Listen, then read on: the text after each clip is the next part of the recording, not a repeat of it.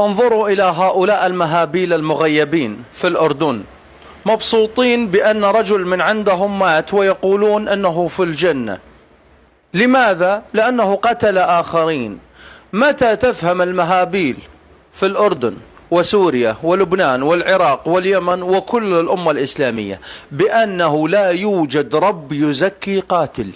هذا قتل، اعتدى، بلطجي، أزعر. شهيد يعني أزعر، شهيد يعني بلطجي، شهيد يعني قاتل، شهيد يعني سوى شيء كبير جدا، أكبر عار في العالم. تخيل الرب يقول له يطبطب عليه: حبيبي تعال انكح حوريات واعطوه جنان وأنهار لأنه قتل آخرين. متى تفهم هذه الأمة المغيبة الجاهلة السطحية بأن الشهيد عبارة عن واحد أزعر فلتان، يعني ولا يوجد رب يزكي قاتل؟ لا يوجد رب يزكي الشر، كيف ذلك؟ بيقول لك نحن عشاء الشهادة. لا يا حبيبي، مش عشاء شهادة.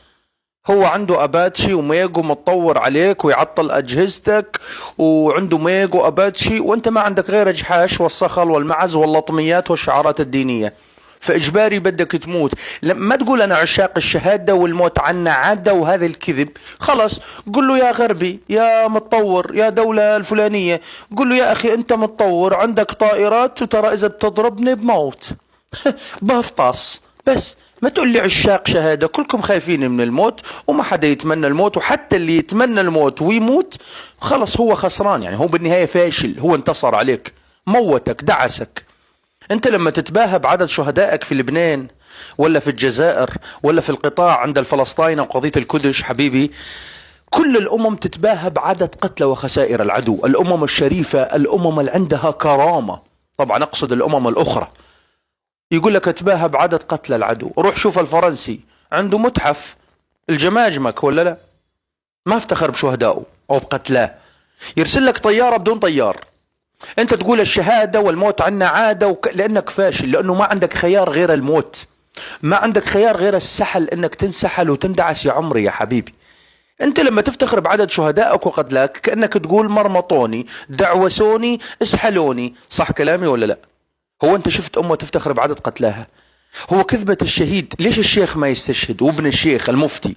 لا، هو يعطيك الطريقة الصحيح للموت لأنه ما عنده أسلحة متطورة. لو كان عنده ميج وأباتشي والأسلحة المتطورة كان قال لك: لا، احنا نشجع على الحياة ولا حدا يموت، ترى ما في لا جنة ولا نار. زين، عندنا أسلحة تدافع. بس ما عنده أسلحة تدافع، يريد هذا الكم البشري يقاتل بالطريقة الصحراوية البعيرية الغنمية القديمة: تكاثروا إني مباهن بكم الأمم. يقصد الأمم المتحدة لشؤون اللاجئين.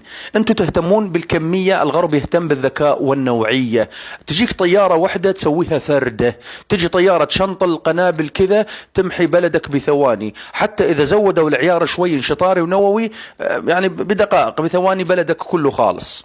أما الأمر يحتاج شهور ممكن وأيام. إذا طيارات أباتشي وميغ وكذا 20 يوم، شفت شو صار بالعراق وشفت شو صار بكذا بلد، افرموك ودعسوك وهم يحتسون فنجان قهوة، ما عندهم أي مشكلة. يخترقون أجهزتك، أجهزة المطارات، يعطلون عمليات السفر، عمليات التنقل، يعطلون كل شيء عندك. أدوات كهربائية هم مصنعينها، يعطلونها من عندهم.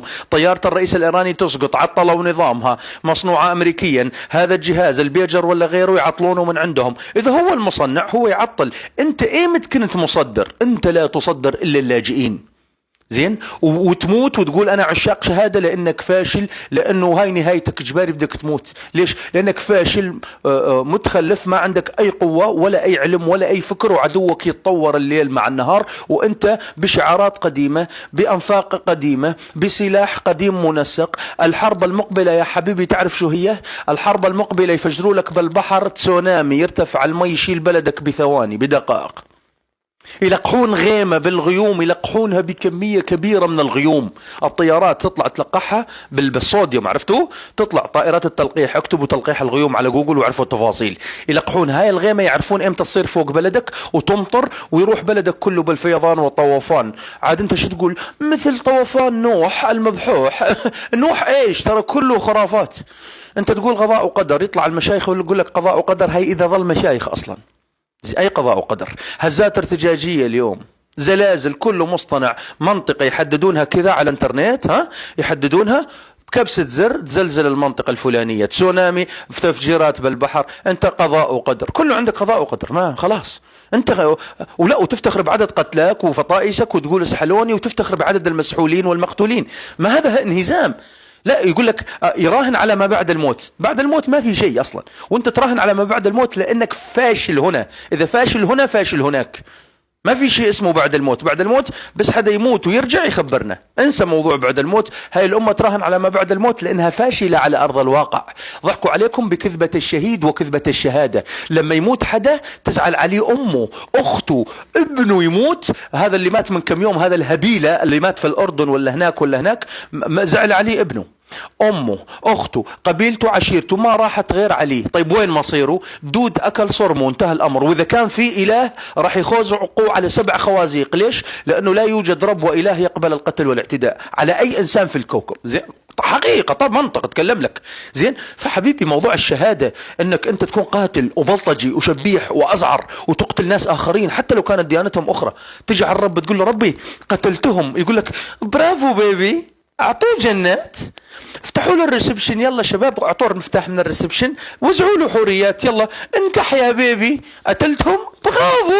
هذا الرب ربك، ترى مو رب عالمين ورا رب الامم الاخرى، هذا رب صناعتك بشريه. زين، موضوع الشهاده حبيبي انك تقتل وتروح تاخذ جنات وحوريات وانهار، هاي طريقه قديمه خدعوك فيها في الصحراء مشان تنكح بنات شقراوات وخضار ومرج وشلالات، لانه كانت الصحراء جافه. فكره بشريه قديمه.